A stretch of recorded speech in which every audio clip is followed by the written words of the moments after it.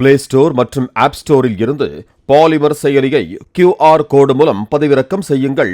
செய்திகளை உடனுக்குடன் பெறுங்கள்.